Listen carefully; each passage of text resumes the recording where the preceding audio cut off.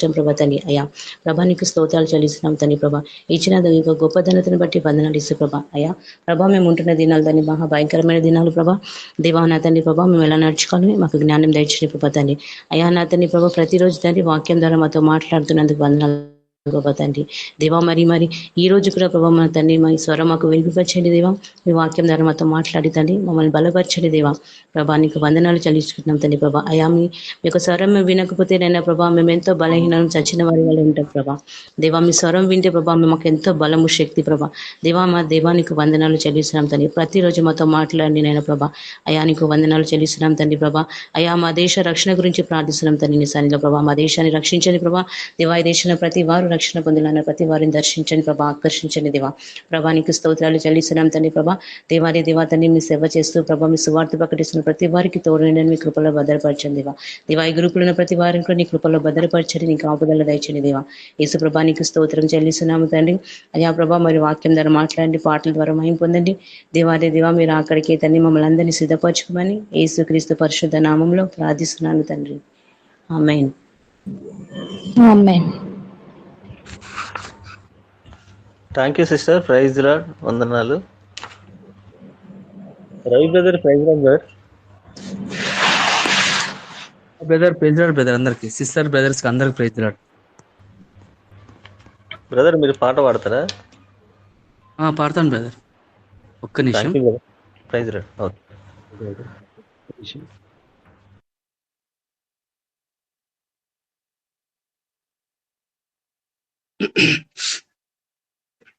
Brother నా voice వినిపిస్తుందా brother?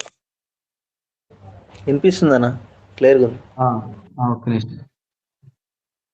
పాట పాడే దేవుని నామాన్ని మహిమపరుస్తాం.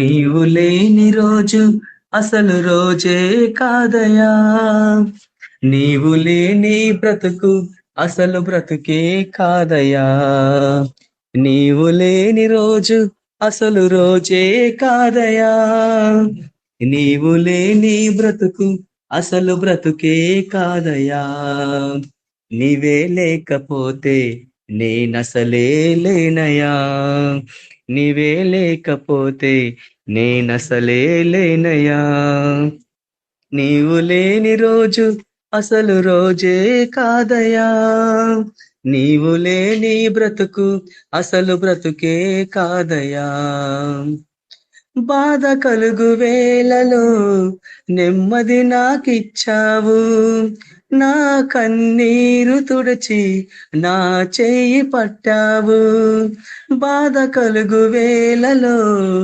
నెమ్మది నాకిచ్చావు, నా కన్నీరు తుడిచి నా చెయ్యి పట్టావు, నన్ను విడువనన్నావు నా దేవుడైనావు, నన్ను విడువనన్నావు నా దేవుడైనావు, నీవే లేకపోతే నేనసలే లేనయా, నీవే లేకపోతే నేనసలే లేనయా, నీవు లేని రోజు అసలు రోజే కాదయా, నీవు లేని బ్రతుకు అసలు బ్రతుకే కాదయా,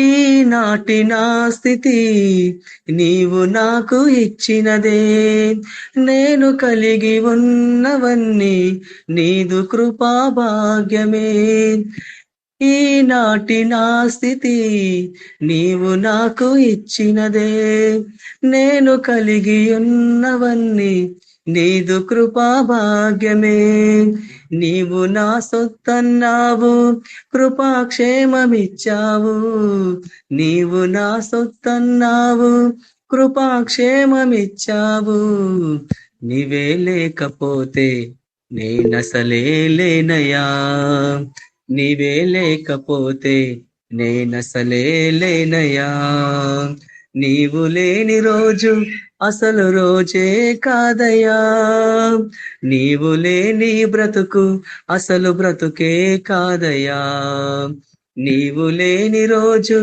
అసలు రోజే కాదయా, నీవు లేని బ్రతుకు అసలు బ్రతుకే కాదయా, నీవే లేకపోతే నేనసలే లేనయ్యా, నీవే లేకపోతే నేనసలే లేనయ్యా.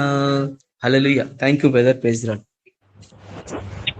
ప్రైజ్ రాడ్ అన్న. థ్యాంక్ యూ, వందనాలు. సుజాతక్క ప్రైజ్ రాడ్ అక్క. Praise the Lord brother. అక్క ప్రైజ్ రాడ్ అక్క. అక్క మీరు వాక్యం షేర్ చేసుకోండి. వాక్యం ధ్యానం చేసుకుందాము. పరిశుద్ధుడా, మహాగణుడా, సర్వశక్తిమంతుడా, సర్వాధికారి నా తండ్రి, వాక్య రీతిగా మాతో మాట్లాడుతున్న దేవుడు ప్రభ, నీ యొక్క వాక్యానికి విరుద్ధంగా మేము ఏది పలికినా కూడా ప్రభ అతి క్షమించండి నాయన. నీ యొక్క వాక్యంలో ప్రభ నా తండ్రి మేము చూస్తున్న గొప్ప సత్యాలను ప్రభ మేము విశదీకరించి ప్రభ వివరించుకొని ప్రభ ఒకరితో ఒకరు పంచుకున్నట్టుకు ఇచ్చిన యొక్క సమయం కొరకు నీకు వందనాలు చెల్లిస్తున్నాను. వాక్యం ద్వారా ప్రతి ఒక్కరితో మీరు మాట్లాడమని ప్రభ ఉజ్జీవపరచమని యేసయ్య శక్తి కలిగిన నామంలో అడిగి ప్రార్థించి వేడుకుంటున్నాం తండ్రి, ఆమెన్. ప్రైజ్ ది లార్డ్ అందరికీ.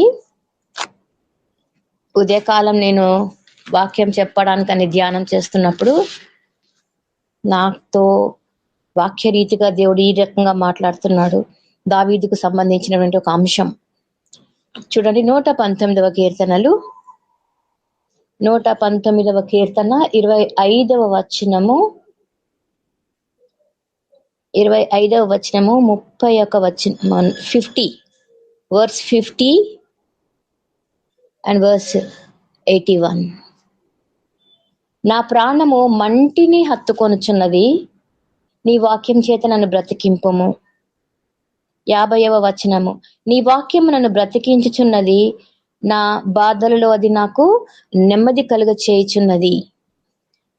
81వ వచనం, నీ రక్షణ కొరకు నా ప్రాణము సొమ్మసిల్లుచున్నది, నేను నీ వాక్యము మీద ఆశ పెట్టుకొని ఉన్నాను, నన్ను ఎప్పుడు ఆదరించదవో అని నా కన్నులు నీవిచ్చిన మాట కొరకు కనిపెట్టి క్షీణించుచున్నవి.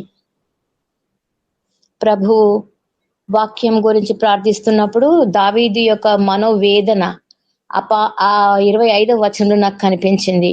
నీ 25 నా ప్రాణము మంటిని హత్తుకొనుచున్నది. మంటిని హత్తుకొనుచున్నది అంటే దాదాపుగా మరణ వేదనలోనికి వెళ్ళుచున్నది అని అర్థం. మంటి అంటే మనుషుడు మట్టి ద్వారా మంటిలో నుంచి చేయబడినవాడు కాబట్టి మంటిని హత్తుకోవడానికి వెళ్తున్నాను అంటే చనిపోబోతున్నాను, నేను చచ్చిపోయినంత బాధ ఉంది నాకు అని ఆయన మనోవేదన అక్కడ మనకు కనిపిస్తుంది ఈ కీర్తనలో. మనం ఈ మొత్తం 119వ కీర్తనలో గమనిస్తే దావీదు ఎన్నోసార్లు ఈ మాటని తనను బ్రతికించవలసింది అని దేవుణ్ణి అడుగుతున్నాడు. నేను చనిపోబోతున్నాను, నన్ను బ్రతికించు, చచ్చిపోయినంత పరిస్థితులు నాకు ఎదురవుతున్నాయి, నన్ను బ్రతికించు. మనల్ని ఈ రోజు ఇదే సమస్య వెంటాడుతుంది కదా. ఎన్ని సమస్యలు, ఎన్ని ఉదయం లేస్తే సాయంత్రం వరకు, పడుకునే ముందు, మళ్ళీ తిరిగి తెల్లవారే వరకు కదా. ఈ సమస్యలలో దేవుడు మనతో మాట్లాడుతున్నది ఏంటి? మంటికి హత్తుకొని పోవచ్చిన మనల్ని బ్రతికించేది ఆయన వాక్యమే. నీ వాక్యమే నన్ను బ్రతికిస్తుందని చెప్పి మనం 50 వచనంలో 81వ వచనంలో గమనిస్తున్నాం. నేను నీ రక్షణ కొరకు సొమ్మసిల్లిపోతున్నాను అంటే ఆల్మోస్ట్ చచ్చిపోతున్న స్టేజ్ లో ఉన్నాను, నా ప్రాణము ఇంకా మిగులదు. ఇది ఒక రకంగా చెప్పాలంటే ఆత్మీయ స్థితిలో, శారీరక స్థితిలో 2 రకాల వేదనలు ఇక్కడ మనకు దావీదు ద్వారా కనిపిస్తున్నాయి. దావీదు జీవితం ద్వారా మనం తెలుసుకోగలుగుతున్నాం. ఎందుకంటే ఇలా అడుగుతుండడంలో దాని అర్థం ఏంటి? అతని దృష్టిలో వాక్యం ఎంత ముఖ్యమో, ఎంత ప్రాముఖ్యమైనదో దీన్ని దేవుడు అనుగ్రహించాలనేది మనస్ఫూర్తిగా కోరుకుంటున్నాడు. ప్రాణంను తెప్పరిల చేయాలంటే ఉజ్జీవపరచాల. మన ప్రాణాలని ఉజ్జీవపరచాలంటే అది ఏ వైద్యులతోటి, ఏ సంఘస్థులతోటి, ఏ పాస్టర్లతోటి కుదరదు. ఇది కేవలము పరిశుద్ధాత్మ దేవుడే ఆ ఉజ్జీవంని మనలోకి తీసుకొని వస్తే మన ప్రాణం తిరిగి మన చేతుల్లోకి వచ్చినట్టు అనమాట, మన శరీరంలోకి వస్తున్నట్టు అర్థం. ఎందుకంటే దాని కొరకు అంతగా వెతుకుతున్నాడు దావీదు. ఎంత తృష్ణ ఆయనకి, ఆ ప్రాణం పోతుంది, నీ యొక్క వాక్యం చేత నన్ను బ్రతికించు ప్రభువా అని ఆయన ఆల్మోస్ట్ మట్టిలోకి వెళ్ళిపోతుందని మొర పెట్టుకుంటున్నాడు అనమాట. ఎందుకు అంటే ఆయన బ్రతికించాలనేది, ప్రార్థించాలనేది దాదాపు మరలా పునఃస్థితికి, పూర్వస్థితికి రావాలని మరి ఉజ్జీవింపబడి మళ్ళీ మొదటి స్థితికి రావాలని అతడు ఎంతగానో కోరుకుంటున్నాడు. శారీరకమైన కోణంలోనైతే ప్రాణం ఉందో లేదో ఆధ్యాత్మికంగా కూడా అంతగా నీరసించిపోయిండు. ఎందుకంటే ఆ స్థితిలో ఉండి తిరిగి కోలుకోవాల్సిన స్థితిలో ఆయన ఉన్నాడని ఇక్కడ మనకు ఆ యొక్క వాక్యం చెప్తుంది. ఎందుకంటే దేవుడు ఆధ్యాత్మిక అనుభవంలో దేవునితో మనల్ని ఎంతో ఎత్తుకు ఎగరాలని ఆశిస్తున్నాడు. కానీ శరీరము కూడా సహకరించాలి. శరీరము ఆత్మకును, ఆత్మ శరీరమును విరోధంగా పనిచేస్తున్నాయి. కాబట్టి ఒకవైపు శరీరము మంటికి వెళ్ళిపోతుంది అంటున్నాడు, మళ్ళీ నువ్వు నీ వాక్యం చేత నన్ను ఆదరిస్తే, నన్ను ఉజ్జీవపరిస్తే నేను తిరిగి లేస్తాను అనే ఒక హోప్ ని రెండు రకాలుగా, అంటే దావీదు యొక్క ఈ క్లిష్ట కాంప్లికేటెడ్ ఎమోషన్స్ అంటాం మనం కదా, పరస్పర విరుద్ధ స్వభావాలున్న ఆ యొక్క ఎమోషన్స్ ని పలుకుతూ తన ఈ మొత్తం 119 అధ్యాయంలో ఆయన ఆజ్ఞల గురించి, ఆయన వాక్కును గురించి, ఆయన వాగ్దానాలను గురించి, ఆయన తన కొరకు చేయబోయే గొప్ప కార్యాల గురించి, అద్భుతాల గురించి ధ్యానిస్తున్నాడు.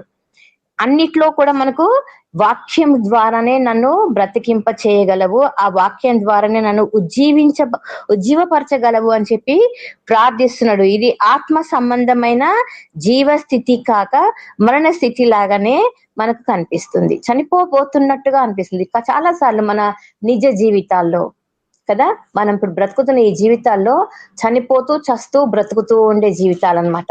అంతలోపల గొప్ప గొప్ప వార్తలు వింటుంటే అయిపోయింది, ప్రపంచం అయిపోయిందని నీరసించిపోవటం, మళ్ళీ తేరుకోవటం కదా. ప్రభు వాగ్దానంల పైన ఆశ పెట్టుకున్నప్పుడు మళ్ళీ మనం తెప్పరిల్లటం. ఇది ఒక నిత్య జీవన సంఘర్షణ కదా, ఇదొక సంఘర్షణగా జరిగిపోతోంది. అనేకులు ఈ సంఘర్షణలో కొట్టుమిట్టాడుతూ కొట్టుకుపోయేవారు కూడా ఉన్నారు కదా, ఆ యొక్క బాధల్లో కొట్టుకుపోయేవారు కూడా ఉన్నారు. ఎంతమంది వారి యొక్క బలహీనతలో దేవుడి పైన ఆశలు వదులుకొని, ఎందుకంటే ఆశలు అనేవి రేపటి కోసం బ్రతికింప చేస్తాయి అంటారు. ద విల్ టు లివ్ అనేది, మనం బ్రతకాలి అనే ఆశ రేపటి వరకు మనల్ని బ్రతికిస్తుందంట.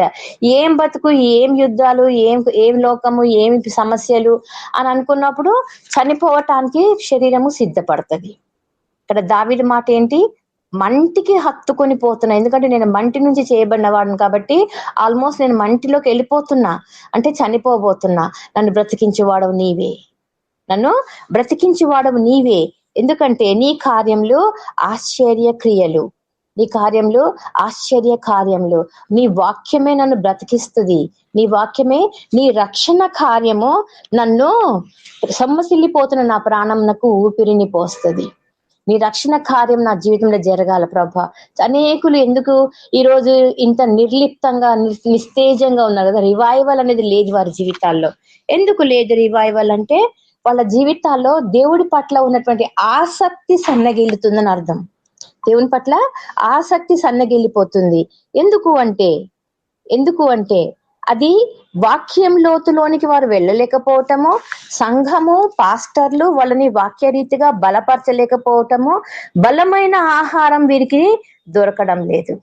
బలమైన శరీరానికి సంబంధించి అయితే ఆహారం బాగానే పుష్టిగా ఉంది, కానీ ఆత్మ సంబంధమైన ఆహారము అది కొరతగా ఉంది. ఆత్మ సంబంధమైన ఆహారంని కొరతగా చూసుకుంటున్నారు. కాబట్టి మనకు అనిపిస్తుంది, ప్రభువా పెంతెకోస్తు దినం ముందు ఎంతో ఉధృతంగా వీచిన ఆ గాలి మళ్ళీ ఒక్కసారి నువ్వు అంత్యకాలంలో అనేకుల పైన కురిపిస్తానన్న యోవేలు ప్రవక్త యొక్క ప్రవచనం నెరవేర్చవా? ఎందుకంటే అల్లాడిపోతున్నారు జనాలు, ప్రాణం విసిగిపోతుంది. ప్రతి సమస్య పైన వాక్యంలో వాళ్ళకి పుష్కలమైన ఆహారం దొరకటం లేదు. దేవుడు కనికరించాలా, మళ్ళీ ప్రవక్తలను లేపాలా, లేదా అంటే ఆ పాస్టర్స్ ని ఉజ్జీవపరచాలి. సంఘంలో ఉజ్జీవం లేదు కాబట్టి ఈ సంఘానికి ఆ సంఘానికి అని చెప్పి ఎక్కడ బాగుందంటే అక్కడికి పరిగెత్తిపోతున్నారు. గొర్రెలు కాపరి లేని గొర్రెలుగా అయిపోయినారంట. కాబట్టి దావీదు యొక్క ఆ యొక్క మాట, నా ప్రాణము మంటిని హత్తుకొని పోవచ్చున్నది అన్నట్టుగా ఉంది ఈరోజు క్రైస్తవుల జీవితం. మంటికి ప్రభ నీకు వాక్యం చేత బ్రతికించి. ఇప్పుడు మన ప్రార్థనలు ఎలాగుండాలి అంటే, ప్రభ నువ్వు వాక్యంని ప్రభ విరివిగా పంచు నాయన, అనేకులను లేవనెత్తు ప్రభ. నా తండ్రి గొప్ప సహవాసంలోనికి ప్రతి బిడ్డ నడిపించండి. హిందువులు ఏది, క్రిస్టియన్స్ ఏది, మా ముస్లిమ్స్ అని కాదు, ప్రపంచం అంతటిని కదా, ప్రపంచం అంతట్లో కూడా ఈ వాక్యానికి విరుద్ధంగా పనిచేస్తున్న సైతాను కార్యాలను బంధించాలి అంటే అనేకులు ఉజ్జీవింపబడాలా, ఉజ్జీవమైన ప్రార్థనలు జరగాల, ఉజ్జీవమైన ప్రార్థన అనగానే మనకు ఫస్ట్ గా అనిపించేది ఏంటి? అపోస్తుల కార్యంలోనే 2వ అధ్యాయం కదా. 120 మంది ఆ మేడ పై గదిలో ప్రార్థిస్తున్నప్పుడు బలమైన గాలి వీచిందంట. ఆ బలమైన గాలితోటి అగ్ని నాలుకల వలె ప్రతి ఒక్కరిని ముట్టింది అంటారు. అంత బలమైన గాలితో పరిశుద్ధాత్మ నింపబడింది. అంతకు ముందే మనం ఇంకొక సందర్భం చూస్తాం. అది ఎక్కడ అంటే యోహాను సువార్త. చూడండి ఒకసారి, యోహాను సువార్త 20వ అధ్యాయము 22వ వచనంలో, 20వ అధ్యాయము 22వ వచనంలో అక్కడ ఒక మాట ఉంటది. అది యేసు ప్రభువు చనిపోయి పునరుద్ధానుడైన యేసు తిరిగి వారికి కనిపించినప్పుడు 20వ వచనంలో 21 చూడండి. యేసు మరలా మీకు సమాధానము కలుగును గాక, తండ్రి నన్ను పంపిన ప్రకారము నేను మిమ్మును పంపుచున్నానని వారితో చెప్పాను. ఆయన ఈ మాట చెప్పి వారి మీద ఊది పరిశుద్ధాత్మను పొందుడి. మీరు ఎవరి పాపంలో క్షమింతురో అవి వారికి క్షమింపబడును, ఎవరి పాపంలో మీరు నిలిచి ఉండనిత్తురో అవి నిలిచి ఉండును. పరిశుద్ధాత్మ దేవుడిని యేసు ప్రభు ఏం చేసిందంట? ఊదినాడంట.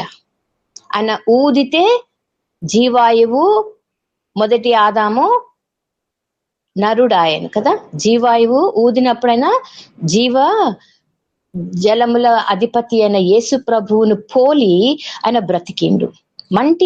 మంటికి అంటుకొని ఉన్న ఆదాముని, జీవాయువును ఊది దేవుడు బ్రతికించిండు, ఆయనకి జీవమును పోసిండు.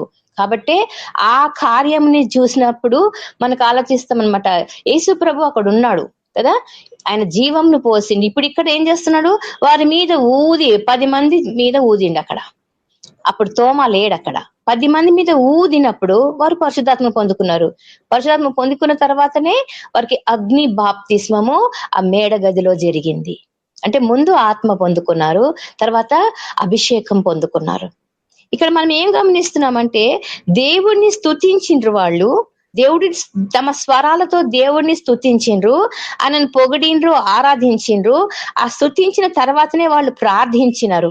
ఇది మనము 4వ అధ్యాయము యోహాను సువార్త 4వ అధ్యాయము 23 వచనం నుంచి చూస్తాం. అక్కడ 4వ అధ్యాయము 23 నుంచి అక్కడ గమనిస్తే మనకు 31 వరకు, 23వ వచనం నుంచి 31 వరకు. ముందు 23, 4వ అధ్యాయము యోహాను సువార్త 4వ అధ్యాయము 23వ వచనంలో వారు విడుదల నొంది తమ స్వజనుల యొద్దకు వచ్చి ప్రధాన యాజకులను, పెద్దలను, ఇదంతా మీరు తీరికగా చదవాల. 31st వచనం దొరికొద్దాము. 31st వచనం 30th నుంచి, రోగులను స్వస్థపరచుటకు నీ పరిశుద్ధ సేవకుడైన యేసు నామమున ద్వారా సూచక క్రియలను మహత్కార్యములను చేయుటకును నీ చెయ్యి చాచి ఉండగా నీ దాసులు బహు ధైర్యంగా నీ వాక్యమును బోధించినట్లు అనుగ్రహించుము. తర్వాత వారు ప్రార్థన చేయగానే వారి కూడి ఉన్న చోటు కంపించినప్పుడు వారందరూ పరిశుద్ధాత్మతో నిండిన వారే దేవుని వాక్యమును ధైర్యముగా ప్రకటించిరి. మనం ఈ వాక్యాలు గమనిస్తున్నప్పుడు పరిశుద్ధాత్మ దేవుడు ఎంత అద్భుతంగా పనిచేస్తున్నాడు అనే దానికి సూచక క్రియలు ఇవన్నీ కూడా కదా. జ్ఞాపకం చేసుకుందాము, ప్రభు అయిన యేసు పెంతెకోస్తు దినమందు కాకముందే యోహాను సువార్తలో 10 మంది శిష్యుల పైన ఊదినాడంట. ఆయన ఊపిరిని ఊదితే వారిలో జీవం కలిగింది, పరిశుద్ధాత్మ నింపుదల కలిగింది. మనం గమనిస్తూ ఉంటే ఎంత ఆశ్చర్యంగా ఉంటాయంటే దేవుడి కార్యాలు కదా. ఆయన ఏది కూడా తన మాటకు, తన వాక్యానికి వ్యతిరేకంగా ఎక్కడ జరగదు కదా. ఆది కాండంలో మనం గమనించిందే ఇక్కడ మనకు యోహాను సువార్తలో 22వ వచనంలో మనం చూస్తున్నాం. ఏంటది? అక్కడ ప్రకటించినప్పుడు దేవుడు ఊదితే ఆదాము మనుష్యుడాయను కదా, మట్టి ముద్ద మనిషి అయింది. ఇక్కడ మట్టి ముద్ద లాంటి శిష్యులు, ఎందుకంటే వారిలో ఏ మాత్రం జీవం లేదు. యేసుని వెంబడించిండ్రు, యేసు కార్యాలను చూసిండ్రు, పడ్డారు, ఆశ్చర్యపోయిండ్రు, తర్వాత ఆయన నమ్ముకున్నారు. కానీ వారి వల్ల కార్యాలు జరగాలి అంటే వారిలో ఆ జీవాయువుని మళ్ళీ రప్పించాల. అందుకు యేసు మాత్రమే సమర్థుడు. కాబట్టి యేసు ప్రభువు చనిపోయి తిరిగి లేచిన తర్వాత ఫస్ట్ ఈ 10 మందికి తన ఊపిరిని ఊదిండంట. ఊపిరిని ఊస్తే ఈ మట్టి ముద్దలు ఏమైపోయినాయి? అపోస్తులుగా మారిండ్రు. మట్టి ముద్దలుగా ఉన్నవారు, అందులో వాళ్ళు చదువు లేని పామరులు ఉన్నారు కదా, ఎంతమంది పాండిత్యం లేదు, అందరూ చదువు లేని వారే, బలహీనులను ఎన్నుకున్నాడు దేవుడు. వీరిలో తన జీవాయువును ఊదితే వారు అపోస్తులుగా మార్చబడ్డారు. కాబట్టి సేవకు చదువు అనేది, సేవకు వాక్చాతుర్యం అనేది ఏది అడ్డు రాదు. ఎందుకంటే ఆ సేవలో జరిగేది పరిశుద్ధాత్ముడే తన కార్యములను జరిగిస్తున్నాడు. మనలను కేవలము మంటి ఘట్టములుగా ఎంచుకున్నాడు. కాబట్టి ఈ పాత్రను దేవుడు ఉపయోగించుకుంటున్నాడు.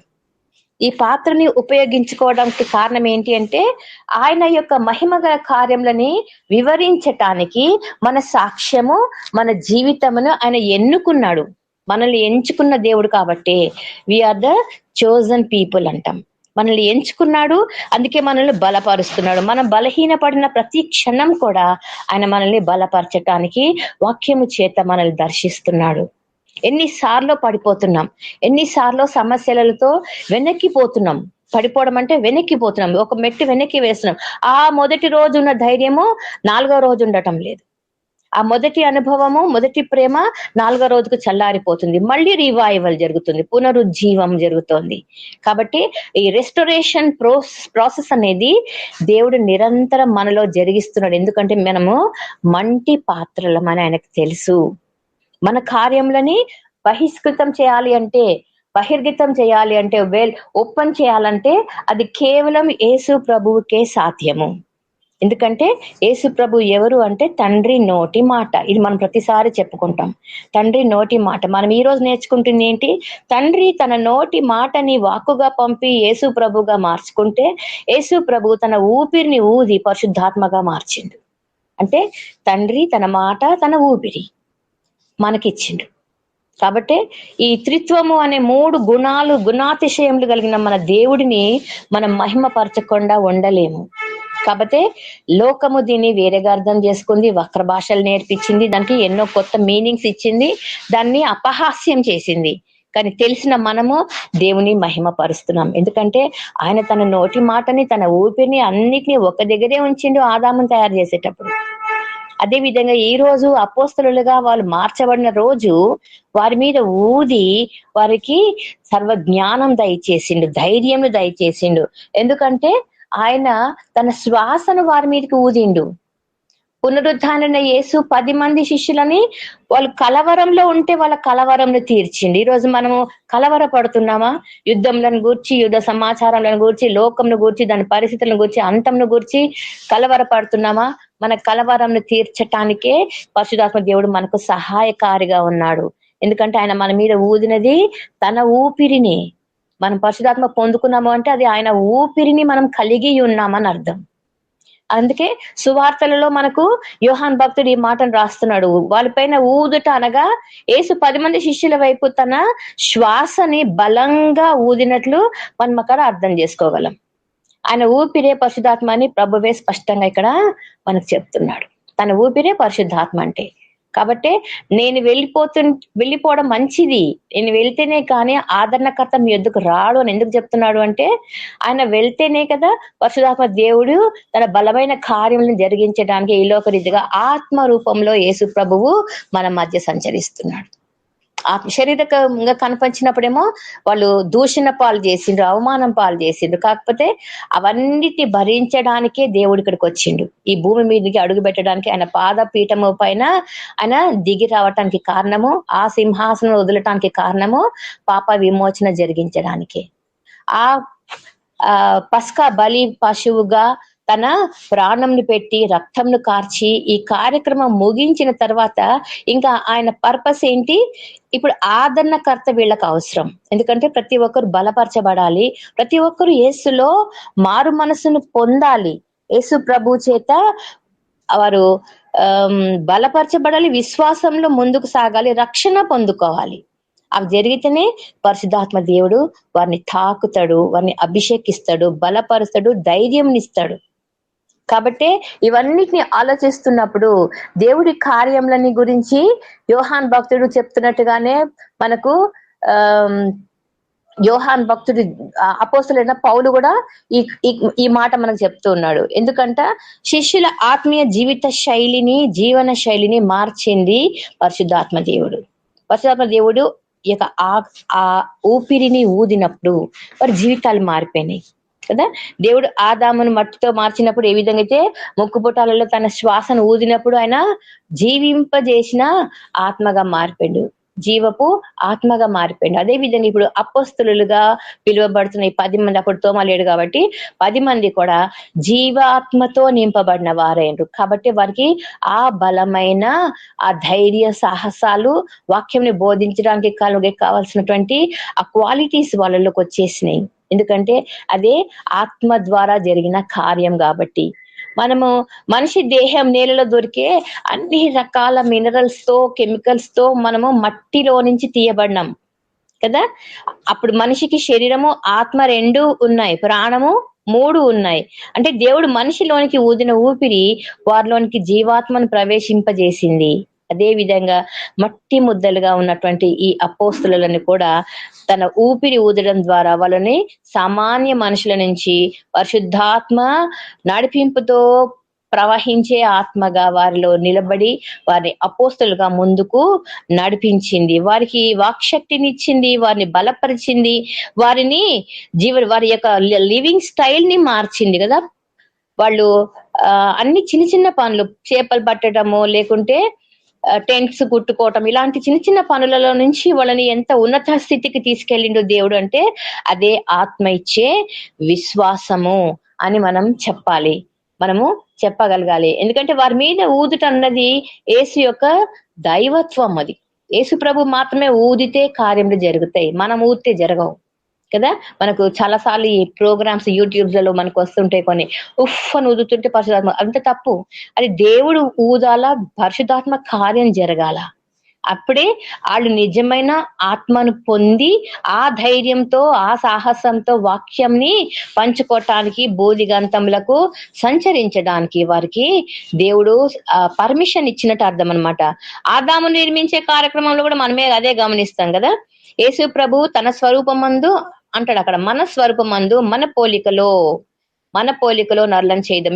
ఇప్పుడు యేసు ప్రభు ఏమంటున్నాడు, ఇప్పుడు పరిశుద్ధాత్మను ఊదటం ద్వారా నా ఊపిరితో మీరు సేవ కార్యక్రమం జరిగిస్తున్నారు. ఇప్పుడు మన సేవలో నిర్జీవంగా ఉన్నది అని మనం గ్రహిస్తే, మామూలుగా మనం చర్చలలో చూస్తున్నప్పుడు ఆ పాస్టర్ చెప్పే వాక్యంలో మనకు అసంతృప్తి ఉంటది. ఆయన పాపం బాగానే ప్రిపేర్ అయ్యి ఉంటాడు కదా. వాక్యంలోని కొటేషన్స్ ని చాలా ఫిక్స్డ్ గా ప్రిపేర్ అయ్యి చాలా సీరియస్ గా ఉంటాడు ఆయన వాక్యం అందించటంలో. కానీ ఆ వాక్యం పని చేయటం లేదు, హృదయాలను కదిలించటం లేదు, ఉజ్జీవము రగుల్చలేదు. అంటే ఆత్మ లేని ప్రబోధాలు అంటాం. పరిశుద్ధాత్మ నడిపింపు ఉంటే ప్రార్థన పూర్వకంగానే బయలుదేరినాం అంటాం. కానీ ఆ వాక్య పరిచర్య చేసే వ్యక్తిలో పరిశుద్ధాత్మ కార్యమే జరగకపోతే, ఆయన పరిశుద్ధాత్మని పొందుకోనే లేదు, ఆ రుచిని తెలుసుకొనే లేదు. జస్ట్ నేమ్ సేక్ ఒక డిగ్రీ కాబట్టి, పాస్టర్స్ డిగ్రీ అని ఆ డిగ్రీ పెట్టుకొని సంఘంలో పాస్టర్ గా చెల్లమ్మని వాక్యం అందిస్తుంటే అందులో పేలవంగా ప్రాణం లేనట్టు ఉంటదంట, సొమ్మసిల్లిపోతున్నారు. అందుకే ఆత్మ లేకుండా వాక్యం అందిస్తుంటే సంఘాలు సొమ్మసిల్లిపోతున్నాయి. ఎందుకంటే జీవము లేని వాక్యంలో జీవం ఉంది, కానీ చెప్పే వ్యక్తిలో జీవం లేదు. ఎందుకంటే వాక్యమే జీవమై ఉన్నది. వాక్యం చెప్తున్నప్పుడు ఆ చెప్పే వ్యక్తి కూడా పరిశుద్ధాత్మ పొందుకుని చెప్తే 2 అంతలుగా పరిశుద్ధాత్మ ఆ సంఘంలో పనిచేస్తుంది, అందరినీ తాకుతుంది. నాలుకలు, అగ్ని నాలుకలు ప్రతి ఒక్కరిని ముట్టి బలపరుస్తాయి. వీళ్ళు బయటికి వెళ్ళి వాక్యం చెప్తుంటే 1000 మంది. ఎందుకు సచ్చుబడిపోయింది సేవ అంటే కారణము ఆత్మ లేని, ఉజ్జీవము లేని నిస్సారమైన వాక్య ప్రబోధాలు జరుగుతున్నాయి. కాబట్టి ప్రతి ఒక్కరు వాక్యం చెప్తాను అంటున్నారు, కానీ ఆ వాక్యం ఎందుకు ఫలించటం లేదో పెద్ద పెద్ద సంఘాలు మళ్ళీ కదా, లక్షలు కోట్లు పెట్టి ఖర్చులు పెట్టి కట్టించుకున్న మందిరాలు. కానీ అక్కడ వాక్యము కేవలం స్టాటస్ కోసం హై సొసైటీ వాళ్ళు ఒక చర్చికి వెళ్తే, మధ్య తరగతి వాళ్ళు ఒక చర్చికి వెళ్తే, బీద వాళ్ళు ఒక చర్చికి వెళ్తే, ఎక్కడ వాక్యం బాగుందంటే అక్కడికి జనాలు వెళ్తున్నారు. కానీ వాక్యం బాగుందని వెళ్ళటం లేదు, నా స్టాటస్ కి తగ్గట్టుగా ఉందా చర్చి అని చూసుకొని వెళ్తున్న వాళ్ళే ఈరోజు మనకి ఎక్కువగా కనిపిస్తున్నారు కదా. వాక్యంగా ప్రబోధించే ప్రబోధకులు, సువార్థికులు కావాలి అంటే ఉజ్జీవం జరగాలి. ఇప్పుడు మన కార్యక్రమం ఏంటి అంటే ఉజ్జీవం కోసం ప్రార్థన చేయాలి. ఎందుకంటే యేసు ప్రభువు చెప్పినట్టుగా ఉజ్జీవం తోటి నింపబడిన కార్యములైతేనే అవి ఫలముని ఇస్తాయి. కాబట్టి నిష్ఫలమైన సేవ అది ఎందుకు పనికిరాదు, అది దానికి అసలు ఏ పేరు ఉండదంట. ఒక రోజులో మర్చిపోతాం, కానీ ఆ వాక్యము ఎప్పటికీ గుర్తుండాలా. ఆ విన్న వాక్యము ప్రతి ఒక్కరిని మండించాలా. అది కావాల్సిన టైం వచ్చింది ఈరోజు. ఎందుకంటే మనం చూస్తున్నటువంటి పరిస్థితులు, ప్రపంచం అంతా తలకిందులు అయిపోతుంది, ప్రపంచం అంతా ఎటో కొట్టుకొని పోతూ ఉంది. జీవవాక్కును మర్చిపోయి జీవం లేని వాటి కొరకు పరుగులు తీస్తున్న సమయం ఇది. కాబట్టి మనం తెలిసిన వాళ్ళము మనం ఏం చేయాలంట, ప్రార్థించుదాం. ఆత్మతో నింపబడాలా, పరిశుద్ధాత్మతోటి చాలా డీప్ గా మనము ప్రార్థన చేయాల్సిన సమయం వచ్చింది. ఎందుకంటే ప్రభు అంటున్నాడు కదా, జీవితాలను సమూలంగా మార్చబోవు ఆత్మ దేవుని శక్తి యేసు తన శిష్యులకు పరిచయం చేసిండు. ఆ తర్వాతనే వారు సేవ చేసిండు కదా. ఆ తర్వాత వాళ్ళు గుమిగూడింటు 120 మంది మేడగది అపోస్తుల దినమందు కదా, పెంతెకోస్తు డే అంటాం, the 50th day after resurrection. యేసు ప్రభు పునరుద్ధాండైనాక 50వ దినమందు వీడికి, అంటే దాదాపుగా 2 నెలలు, ఒక 10 రోజులు తక్కువ, 2 నెలలు వెయిట్ చేసిండ్రు వాళ్ళు. కానీ ఆయన లేచిన రోజే 10 మందికి అయితే అభిషేకం జరిగిపోయింది. ఈ 10 మంది కూడా వెయిట్ చేస్తుండ్రు, ఎందుకంటే వారికి సహవాసం కావాలా. ఒక్కరిద్దరుగా వెళ్ళి సేవ చేయాలంటే సహవాసంలో బలమైన సేవకులు కావాలా. ఒక్కరొక్కరుగా ఒంటరిగా చేస్తే మనం పోరాడునది ఆకాశ మండలంలోని దురాత్మల సమూహాలతో. కాబట్టి ఒక్కరిగా కాకుండా గుంపుగా 2-3గా కూడినప్పుడు వారి మధ్యలో ఉంటానన్న దేవుని మాటను నమ్మి ఆ సేవ చేసినప్పుడు బలమైన కార్యములు, ఆశ్చర్య కార్యములు జరుగుతాయి. ఆ విధంగా మనం చూస్తున్నాం కదా, భూలోకమును తల్లక్రిందులు చేయటానికి వీరు వచ్చారని చెప్పి మనం పేతురు గురించి వాళ్ళు చెప్తున్న సాక్ష్యం వింటాం. భూలోకమును తల్లక్రిందులు చేయడానికి వెళ్ళి వచ్చారంట. ఇంత గొప్ప సర్టిఫికేట్ మామూలు మనుషులు చెప్తున్నారు, రోమన్స్ చెప్తున్నారు, జూస్ చెప్తున్నారు కదా, పరిసేయులు చెప్తున్నారు, సద్దూకాయలు చెప్తున్నారు. ఆ రోజుల్లో, ఈ రోజుల్లో చెప్తున్నారా అంటే వాక్యమే సరిగా లేదు, వాక్యం మీద బలం లేదు, వాక్యంలో బలపరచడానికి పరిశుద్ధాత్మ శక్తి వారికి సరిపోవటం లేదు. కాబట్టి నిర్జీవమైన సేవ, అంత్యకాలంలో రెచ్చిపోయి సేవ జరగాల్సిన టైం ఇది. ఎందుకంటే సాతాను విజృంభిస్తున్న టైం ఇది. ఎంత మందిని వీలైతే అంతమందిని వెనక్కి లాగడానికి అది విశ్వ ప్రయత్నం చేస్తుంది. కొదమ సింహం వల్లే ఎవరిని మృంగుదమా అని పరుగులు తీస్తున్న టైంలో బలమైన సేవకులు కావాలి, బలమైన ప్రార్థన వీరులు కావాలి, పరిశుద్ధాత్మలో నింపబడిన వారై బలముగా ప్రార్థించే వారు కావాలి. పరిశుద్ధాత్మలో ప్రభుని ప్రార్థించడానికి గుంపులుగా కూడి, అందుకే ఉపవాస కూడికలు జరుగుతున్నాయి దేశమంతటా క్రైస్తవుల మధ్యలో. కానీ అది సరిపోవటం లేదు. ఎందుకంటే సాతాను తనకున్న కొద్ది సమయాన్ని ఎంత భయంకరంగా వాడాలో అంత భయంకరంగా వాడుతున్నప్పుడు మనం కూడా సేవకులుగా అంతగా విజృంభించి ప్రార్థించాల్సిన అవసరం వచ్చేసింది. ఎందుకంటే ఈ అంత్యకాలంలో మనం ఉంటున్నది ఏంటంట, దుర్దినములు అంటే చెడు దినాలు. ఈ దుర్దినములలో ఖచ్చితంగా కష్టాలు ఉంటాయి, ఖచ్చితంగా బాధలు ఉంటాయి, ఖచ్చితంగా పడిపోయే స్థితి కూడా వస్తుంది, సమస్యలకు కష్టాలకు పడిపోయే స్థితి. కానీ దైవ కార్యం జరగాలి అంటే ఆలోచించాలి మనం. ఏంటది? ప్రభు యొక్క మాట నమ్మడం ద్వారా ఆత్మీయ జీవితము, మన లివింగ్ స్టైల్ మారాలా. మన spiritual life and living style ని తిరిగి మళ్ళీ పునరుజ్జీవం పొందుకోవాలంటే పరిశుద్ధాత్మ అభిషేకం ప్రతి దినము పొందుకోవాలా. ప్రతి గడియ మనము ప్రార్థనలో ఉన్నప్పుడు పరిశుద్ధాత్మతోటే ప్రార్థించాలా. కాబట్టే మన యొక్క జీవన శైలిని మార్చాలంటే, అది నూతన పరచబడాలి అంటే పరిశుద్ధాత్మ దేవుడు సృజనాత్మకంగా మనకు ఆత్మశక్తిని బలంగా ఇస్తే తప్ప మన సొంత శక్తితో మనం ఏది చేయలేము. కాబట్టి యేసు శిష్యుల మీద ఊదుట అనేది పరిశుద్ధాత్మ రాకకు పునాది. ఆయన పరిశుద్ధాత్మ దేవుడు పెంతెకొస్తు దినమున అనుగ్రహించిండు. ఊపిరి పోసినప్పుడు అపోస్తలుల జీవితాల్లో ఆత్మశక్తి నింపుదల జరిగింది. కాబట్టి సేవ బలంగా జరిగింది. వాళ్ళు కష్టాలను ఎదుర్కొన్నారు, వాళ్ళు ఎన్ని నష్టాలను కూడా ఎదుర్కొన్నారు, శరీరంలో బలహీనత ఉన్నా వాటిని ఎదుర్కొన్నారు. వారి సేవలో మాత్రం ముందుకే సాగిండ్రు, వెనకడుగు వేయలేదు. ఈరోజు మనము కుటుంబ సేవలో, కుటుంబంలో ఉన్నప్పుడు, కుటుంబ జీవితంలో ఉన్నప్పుడు, కుటుంబం రీతిగా కూడా మనకు కొన్ని కష్టాలు ఎదురవుతుంటాయి.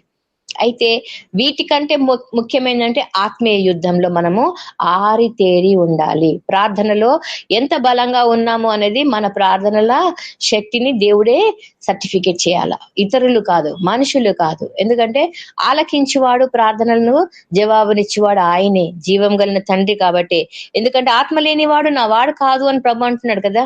ఈనాడు యేసు ఊపిరి అన్న ఆత్మ దేవుడి శిష్యులోనికి వెళ్ళి వాళ్ళని అపోస్తలుగా పైకి లేపబోయింది. వారు పైకి లేచారు. అదే విధంగా ఈ రోజు సేవలో కూడా ఆత్మ పరిపూర్ణులై సేవ చేయాలి అనేది మన ప్రార్థన మొదటి అంశం అయి ఉండాలి. మన వ్యక్తిగత సమస్యలు సెకండరీ అన్నమాట. అది రెండు. మొదటిది మాత్రము ఆత్మ పూర్ణులై ఉజ్జీవమైన సేవను జరిగించే సేవకులు కావాలి. మనకు ఆ సేవ జరగాలి. లేకపోతే సాతాను సంఖ్యలకు వాళ్ళు బందీలు అయిపోతున్నారు చాలా మంది. మన ప్రార్థన, మన ఆవేదన ఈరోజు వారి కొరకు ఉండాలి. ఎందుకంటే మన కుటుంబంలో వాళ్ళు కూడా ఎంతమందో ప్రార్థన లేక, ఉజ్జీవం లేక నిర్జీవంగా బ్రతుకుతున్నారు. ఈ లోకమే, ఈ సంపాదనే, ఈ జీవితమే చాలు అనుకుంటున్నారు. వీళ్ళ ఆత్మీయ కన్నులు తెరవబడాలి.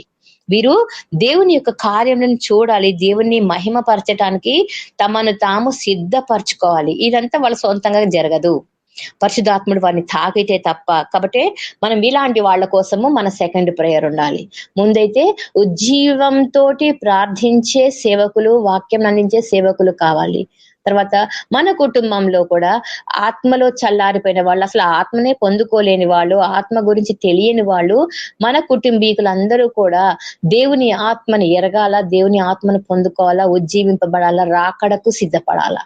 ఇంతకు మించి ఈ లోకంలో మనం ఏది సంపాదించుకున్నా అది మన తోటి రాదు అనేది మనం తెలుసుకున్నాం. కానీ మన ఇంట్లో వాళ్ళు, మన స్నేహితులు, మన ఇరుగు పొరుగు, మన బంధుమిత్రులు కూడా తెలుసుకోవాలి. అలాంటిది మన సెకండ్ ప్రేయర్ కంటెంట్ గా ఉండాలి. దేవుడి కార్యాలు జరిగించాలి అంటే ప్రార్థననే జరగాలి అనేది మాటి మాటికి దేవుడు వాక్యం ద్వారా అందిస్తున్నాడు. ఎందుకంటే ఆత్మశక్తి అవసరము. దేవుని ఆత్మశక్తిని పొందుకోలేకపోతే వారి జీవితాలే నిష్ఫలం అన్నమాట. ఎంత వాడు తర్వాత గోజాడినా కూడా అవకాశం లేని టైంలో వాళ్ళు ప్రార్థన చేస్తే అది దేవుడు వినడు. అందుకే అవకాశం ఉన్నప్పుడు దేవుడు, యెహోవా మీకు సమీపంగా ఉన్నప్పుడే ఆయనని మీరు వేడుకొనండి అంటాడు. సమీపంగా ఉన్నాడు అంటే మనకు దగ్గరగా ఉన్నప్పుడు అని కాదు. మనము ఎప్పుడు పిలిచినా మన దగ్గరే ఉండే దేవుడు, మనలోనే ఉన్న దేవుడు కదా. కాబట్టి మన ప్రార్థనకు ఆయన జవాబునిస్తున్నాడు అంటే మనకు సమీపంగా ఉన్నాడు. అప్పుడే మన రక్షణ కార్యము కుటుంబీకుల కోసం ముఖ్యంగా. ఎవరు నశించిపోతున్నారు అంటే ముఖ్యంగా క్రైస్తవులకు వాళ్ళ కుటుంబాలే. కుటుంబంలోనే సమస్యలు వస్తున్నాయి, కుటుంబంలో ఎదురీతలు జరుగుతున్నాయి. కాబట్టి కుటుంబీకులుగా కుటుంబం కూడా ఎన్నుకోబడాలి అంటే అది గొప్ప ధన్యత. ప్రభుని ఆ విషయం కొరకు కూడా మనము ప్రార్థించాలి. మన అన్నదమ్ములు, మన కుటుంబీకులు, మన బంధుమిత్రులు అందరూ కూడా వాళ్ళు దేవుడి వాక్యం విన్న వాళ్లే, తెలుసుకున్న వాళ్లే. మనం మొత్తానికి అన్యుల దగ్గర మనం ఇంకా పోనే లేదు. ముందు మన వాళ్ళు, తర్వాత అన్యులు, తర్వాత మన దేశము, తర్వాత ప్రతి క్రైస్తవుడు ప్రపంచంలో ప్రతి ఒక్కరి విషయంగా మన ప్రార్థన జరగాలి అంటే ఆయన మన మీద ఊపిన ఊపిరిని మనము బలంగా స్వీకరించాలా. దాని తగ్గట్టుగానే బలమైన సేవ చేయాలా, బలమైన కార్యములు జరిగించాలంటే ఆ బలమైన దేవుడు మనకు ఆధారమై ఉండాలా. ఆధారం అయి ఉండాల. శరీరం బ్రతకాలంటే శ్వాస ఎలా అవసరమో దేవుని బిడ్డలు, దేవుని సేవకులు, అపోస్తులుగా ఉన్నవారు ఆత్మీయ జీవితానికి యేసు ఆత్మనే అవసరం. ఈ శరీరానికి ఊపిరి ఎంత ముఖ్యమో ఆత్మీయ జీవితానికి ఆత్మ అంత ముఖ్యం. ఎందుకంటే అది దేవుడు ఊదితేనే తప్ప అది మరి ఎవరు ఇవ్వలేనిది. అంత గొప్ప విలువైన ఆత్మని మనము నిర్లక్ష్యం చేయకూడదు. ప్రతి ఒక్కరికి దీని విషయమై ఎక్కువగా బోధించాల. పరిశుద్ధ ఆత్మ గురించి సంఘాలలో అస్సలు మాట్లాడరు, కానీ మనం మాట్లాడతాం కదా. కొన్ని సంఘాలు, పెంతెకోస్తు సంఘాలు అంటాం, వాళ్ళు మాట్లాడతారు. దేవుడి వాక్యం విన్న వాళ్ళు, దేవుడి వాక్యం నిజంగా అర్థం చేసుకున్న వాళ్ళు అయితే ఖచ్చితంగా మాట్లాడతారు. Oh there is holy spirit, there is a fire in the word of God అని. వాక్యంలోనే ఆ ఫైర్ మనకు కనబడుతూ ఉంటది. ఆ వాక్యం గురించి మనము ఈ దినాలలో ఎందుకు ప్రకటించాలి అంటే, ఎందుకంటే దేవుని ఆత్మ చాలా మందిలో, చాలా క్రిస్టియన్ సంఘాల్లో అది పని చేయటం లేదు, లేదా వారు చనిపోయిన స్థితిలో ఉన్నారు. మనకు ఈ సార్దీస్ సంఘం గురించి మనం చదువుతున్నప్పుడు వాళ్ళు పేరుకు మాత్రమే జీవిస్తున్నారు, కానీ వారు మృతులుగా ఉన్నారు. కారణం ఏంటంట? యేసు ఊపిరి అయిన పరిశుద్ధాత్మ దేవుడు వారిలో లేడు. ఇది మనము ప్రకటన గ్రంథంలో చూస్తాం 3వ అధ్యాయంలో. అందుకే దేవుడు అంటాడు, నాకు ఇష్టమైన సంఘం ఏదంటే ఫిలదెల్ఫియా సంఘం అంటాడు.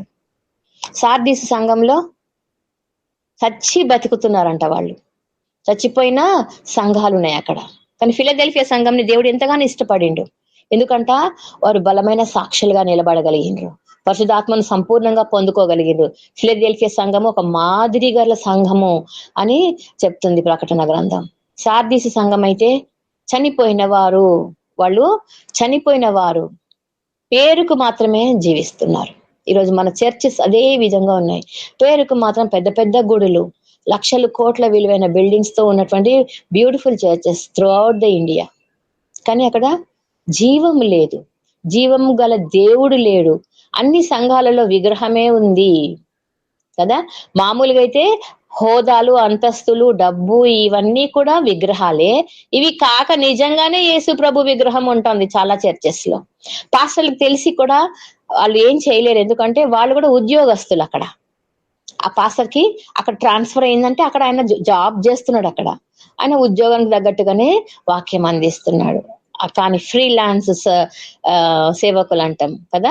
ఫ్రీలాన్స్ అంటే మన లాంటి వాళ్ళు, మనకి ఏ సంఘం తోటి అనుబంధం లేదు, మనం ఫ్రీగా దేవుని వాక్యంని బోధించే సేవకులం. కాబట్టి ఈ సేవలో మనకు ఆటంకం ఏది లేదు. మనం విగ్రహాలను ఖండిస్తున్నాం, కానీ ఈ చర్చెస్ లో చేయలేరు ఆ పని.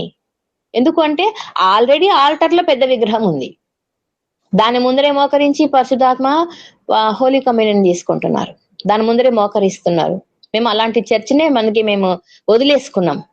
ఎందుకంటే ఆ విగ్రహం ముందర మోకరించాలి కదా. ఆ విగ్రహం ముందరనే మనము ద్రాక్ష రసమును, రొట్టెని ఆయన శరీరంగా, ఆయన రక్తంగా మనము జ్ఞాపకం చేసుకొని తీసుకుంటున్నాం, కానీ ఎక్కడ విగ్రహం ముందు. కాబట్టి అది నచ్చక మేము బయటకు వచ్చేసినాం. కానీ సంఘాలు ఇంకా ఉన్నాయి అట్లాంటివి చాలా అందుకే క్రైస్తవులు నేమ్స్ అంటే నామినల్ క్రిస్టియన్స్ ఇవన్నీ గ్రహించలేకపోతున్నారు, ఆ పాస్టర్లు కూడా తెలియజేయటం లేదు. కాబట్టి ఇప్పుడు పరిశుద్ధాత్మ కార్యము బలంగా జరగాలి, ప్రతి సంఘంలో జరగాలి, విజృంభించిన సేవా కార్యక్రమం జరగాలి ప్రతి ప్రాంతంలో, ప్రతి చర్చిలో. ఎందుకంటే నామకార్థంగా ఉంటున్నారు, దేవుని ఆత్మ లేని వారుగా ఉంటున్నారు వీళ్ళంతా. యేసు ప్రభు ఊపిరిని అనగా ఆత్మ దేవుని యొక్క ప్రెసెన్స్ ని వాళ్ళు ఫీల్ కావడం లేదు. కాబట్టి వాళ్ళు దేవుని రాజ్యాన్ని చూడలేరు. దేవుడిని నమ్ముకుంటున్నారు, కానీ దేవుని పేరు మీదనే ప్రార్థన చేస్తున్నారు, చందాలు వేస్తున్నారు, కాంట్రిబ్యూషన్, సబ్స్క్రిప్షన్స్ అంటాం, దశమ భాగంలు ఇస్తున్నారు. కానీ వాళ్ళు చేస్తున్న పనిలో ఏం జరుగుతుందంట?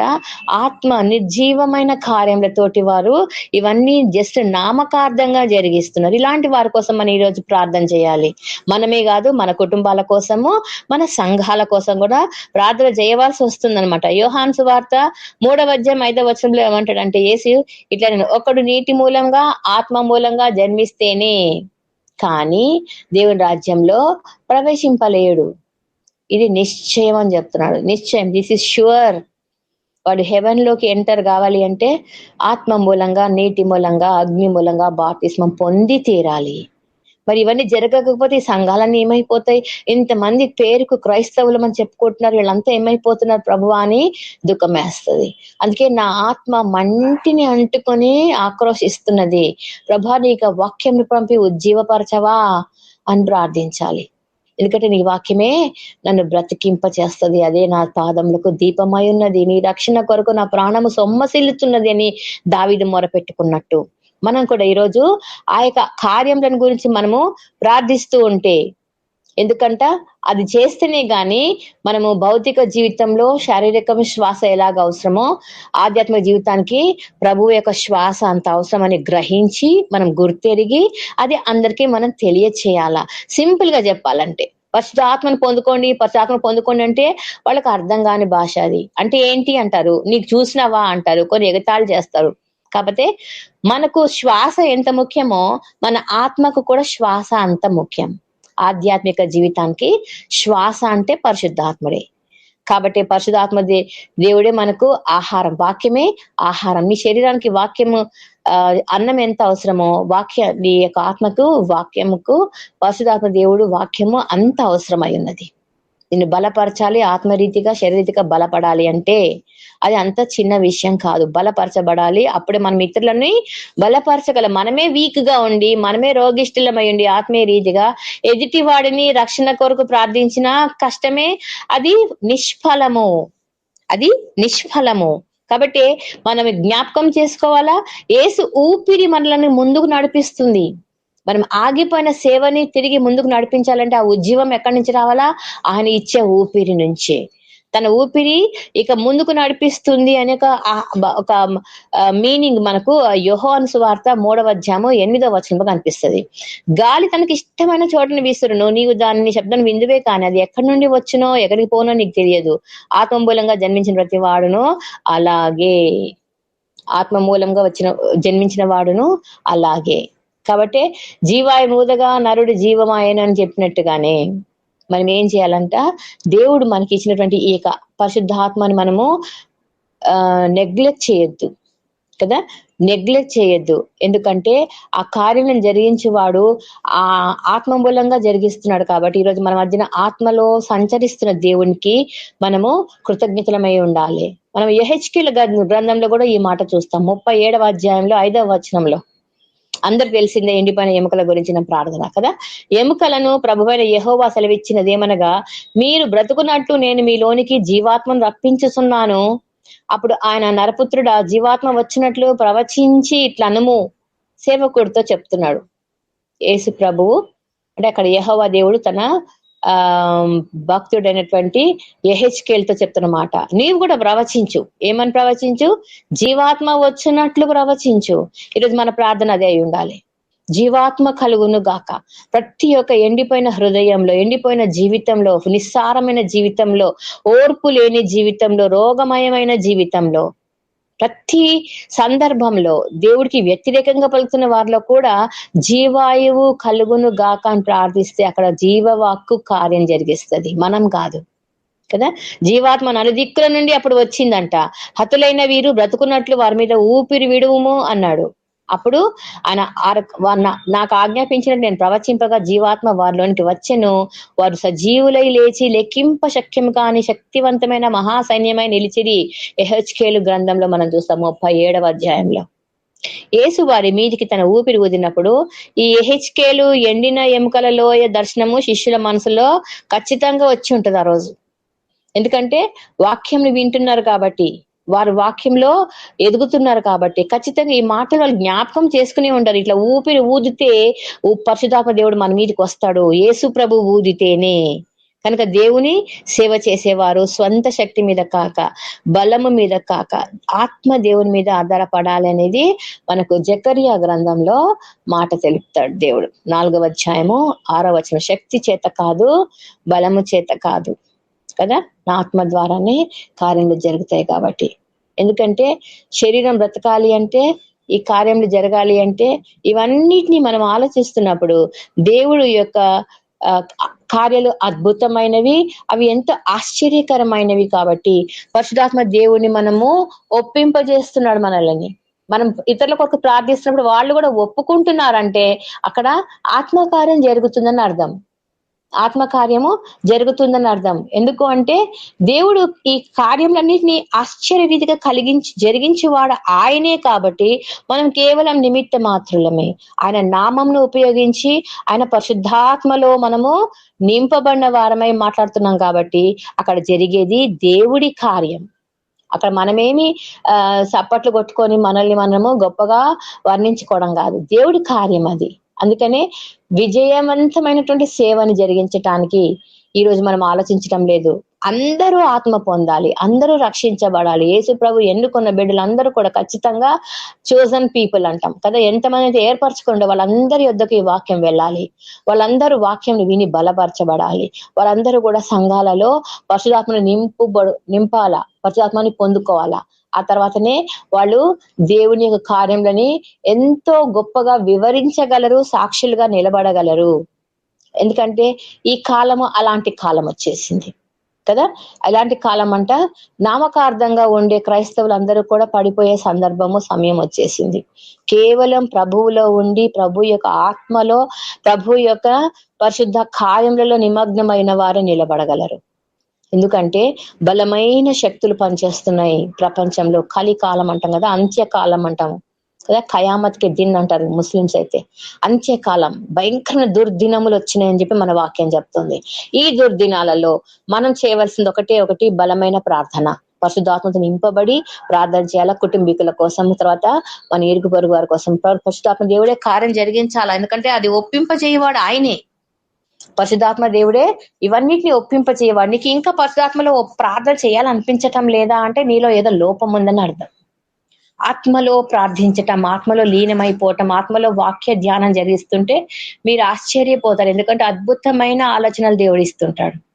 ఆ వాక్య ధ్యానము పరిశుద్ధాత్మతో నింపబడి మీరు చదువుతూ ఉంటే గొప్ప గొప్ప మర్మాలు దేవుడు తెలియజేస్తుంటాడు. అయితే అందరికీ మనం అవి విశదపరచలేము, ఎందుకంటే కొంచెం వివరించాలంటే ఇంకా జ్ఞానం కావాలా, వాటిని వివరించాలంటే ఆత్మజ్ఞానం ఇంకా కావాలి. అందుకే ప్రతిరోజు మనకు ఇది ఒక దినచర్యగా మారిపోవాలా, ప్రతిరోజు ఒక దినచర్యగా మారిపోవాలి. దేవుడి కార్యంలోనే ఆశ్చర్యకరం వివరించాలంటే కూడా మన నాలుకలు సరిపోవు, మన జ్ఞానం సరిపోదు. ఆ జ్ఞానం ఇచ్చేవాడు పైనుంచి వచ్చే జ్ఞానం కొరకే మనము ప్రార్థన చేయాలి. పైనుంచి వచ్చే ఆ జ్ఞానమే. ఎందుకంట అదైతేనే, ఆ పరిశుధాత్మ జ్ఞానం అయితేనే మనము పరలోక మర్మములను విడమర్చటానికి, ప్రబోధించటానికి మనకు అవసరం అయి ఉన్నది. మన సొంత జ్ఞానము, సొంత మాటలతో, సొంత తలంపులతో మనం వాక్యం చెప్తే అది ఫలించదు. అది పరిశుధాత్మ ప్రేరేపణతోటి ఇవి జరిగితే గనక. కాబట్టి మనం పూర్వం దైవజనులు వేలాది మంది క్రీస్తుని గురించి ప్రకటించినప్పుడు ఎట్లా జరిగింది ఆ రివైవల్? ఈరోజు ఆ రివైవల్ జరగాల, ఆ పునరుజ్జీవం రావాలా. ఎందుకంటే ఇంకా సమయం లేదు, ఇంకా టైం ఉందిలే అని తాత్సారం చేయడం, డిలే చేయటం కుదరదనమాట. ఇప్పుడు అనిపించిందంటే ఇప్పటికిప్పుడు మనం చేసేయాల ప్రార్థన. దేవుడి కార్యాలు వివరించడానికి మన నాలుకలు సరిపోవు. కాబట్టి పరిశుధాత్మ నింపుదల, పరిశుధాత్మ నడిపింపు మనకందరికీ కావాలని ప్రార్థన చేసుకుందాం. చిన్న వాక్యం దేవుడు దీవించిన గాక. ఒక ప్రార్థన చేసుకుని ముగించుకుందాం. నా ప్రభుడవు, నా రక్షకుడవు, నా విమోచకుడవు, ఆత్మరూపి అయిన యేసయ్య, మా మధ్యన సంచరిస్తున్న దేవుడవు, మాతో మాట్లాడిన దేవుడవు, మమ్మల్ని నడిపించేవాడవు, మమ్మల్ని బలపరచువాడవు, మా విశ్వాసంలో స్థిరపరచువాడవు. మమ్మల్ని ప్రభా ముందుకు సాగుటకు ప్రభా నీకు ఆత్మకార్యాలు మా యొక్క జీవితాలను జరిగించమని, టీంలో ఉన్న ప్రతి ఒక్క బిడ్డ కుటుంబాలను ప్రభా మీరు జ్ఞాపకం చేసుకోండి. ప్రతి ఒక్కరిని ఆత్మపూర్ణులై బలమైన సాక్షులుగా, సేవకులుగా వాళ్ళు వాడబడాలి. ప్రభా నీకు కార్యం వివరించాలని అయినా మా కుటుంబాలన్నిటినీ కూడా రక్షణ పరిచయమని యేసయ్య గొప్ప నామంలో అడిగి ప్రార్థించి వేడుకుంటున్నాను తండ్రి, ఆమేన్. Thank you brother. Praise the Lord. Praise Lord అక్క, వందనాలు. ప్రేయర్ రిక్వెస్ట్లు మరి బుద్ధివేలు బ్రదర్ విషయంలో ప్రార్థిస్తూ మరి దేవుడు ఆయనను ముట్టి స్వస్థపరచులాగన నేను ప్రార్థిస్తాను. స్తోత్రమునైనా ప్రేమగల తండ్రి, పరిశుద్ధుడా నాయన, మీ పరిశుద్ధ ఘనమైన, ఉన్నతమైన, శ్రేష్టమైన, మహోన్నతమైన, పరిశుద్ధమైన యేసుక్రీస్తు నామానికి కృతజ్ఞతాస్తుతులు, స్తోత్రాలు చెల్లిస్తుంటున్నాం నాయన. మరి ఆ బ్రదర్ హాస్పిటల్లో నుంచి నాయన స్వస్థత పొంది రావాల ప్రభా, సహాయం దయచేయండి. మీ గాయపడ్డ హస్తం ధర ముట్టండి, తాకండి, స్వస్థపరచండి ప్రభా. ఆయన కుటుంబీకులకు ధైర్యం అనుగ్రహించండి ప్రభువా. ఆయన నీ సాక్షిగా నిలబెట్టుకోండి ప్రభువా. మీ నామానికి మహిమ తెచ్చుకోండి ప్రభువా. అలాగే నా తండ్రి కొంతమంది ఆయన మరి ప్రార్థన రిక్వెస్ట్లుగా ఉన్నారు ప్రభు. మరి యేసుబాబు, అలాగే ఇర్మియా బ్రదర్, అలాగే నవీన్, అర్చిత సిస్టర్ ప్రభువా, మరి యాదగిరి బ్రదర్, వీళ్ళ కుటుంబాలను అందరినీ జ్ఞాపకం చేసుకొని మీ సాక్షులుగా నిలబెట్టుకొని మీ నామానికి మహిమ తెచ్చి బిడ్డలుగా వాడుకోమని మీ కృతజ్ఞతలు చెల్లిస్తుంటున్నాను నాయన. అలాగే నా తండ్రి రాత్రికాల సమయంలో నాయన మరి అవును తండ్రి, మీ యొక్క ఆత్మ లేనిది ప్రభువా మరి మేమేం చేయలేం. అవును తండ్రి, మీ ఆత్మ ద్వారానే ఆయన సమస్తమును సాధ్యపరచగల సమర్థుడవు నువ్వు ఒక్కడవే పరిశుద్ధుడవు తండ్రి. నాయన మరి వాక్యం ద్వారా మాతో మాట్లాడినవు. అవును తండ్రి, వాక్యమే నా తండ్రి దేవుడై ఉండును. అవును ప్రభువా, మీరే దేవుడైన వాక్యమే దేవుడై ఉన్న దేవ మీ కృతజ్ఞతలు చెల్లిస్తున్నాను. మీ ఆత్మ ద్వారా సమస్తమును కలుగజేసిన వాడవు తండ్రి, మీకు స్తుతులు నాయన. మీ ఆత్మ నడిపింపు మాకు అందరికీ అనుగ్రహించి ప్రతి విషయంలో నాయన లోకానికి మాదిరిగా మీ సాక్షులుగా మేము ఉండాలి. అట్టి ధన్యత అనుగ్రహించమని మరి నా తండ్రి వాక్యం ద్వారా మమ్మలను భద్రపరిచిన దేవ కృతజ్ఞతలు చెల్లిస్తూ మీకు మహిమ ఘనత ప్రభావాలు చెల్లిస్తూ నా తండ్రి మరి ఈ యొక్క ఆరాధనలో పాల్గొన్న ప్రతి ఒక్క కుటుంబాన్ని జ్ఞాపకం చేసుకొని ఆయన ప్రతి ఒక్క అవసరాన్ని యేసుక్రీస్తు నామంలో తీరుస్తున్న దేవునికి మహిమ ఘనత ప్రభావాలు చెల్లిస్తూ యేసుక్రీస్తు నామంలో ప్రార్థించి అడిగి వేడుకుంటున్నాం తండ్రి, ఆమేన్. అందరికీ ప్రైజ్ లార్డ్. అలా ప్రైజ్ లార్డ్ అన్న చంద్రశేఖర్ అన్న, ఆశీర్వాదాలు అన్న.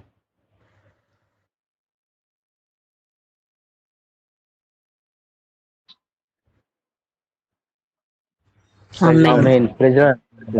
సిస్టర్ బ్రదర్స్ అందరూ praise Lord. Praise the Lord. అందరికి brothers and sisters praise the lord.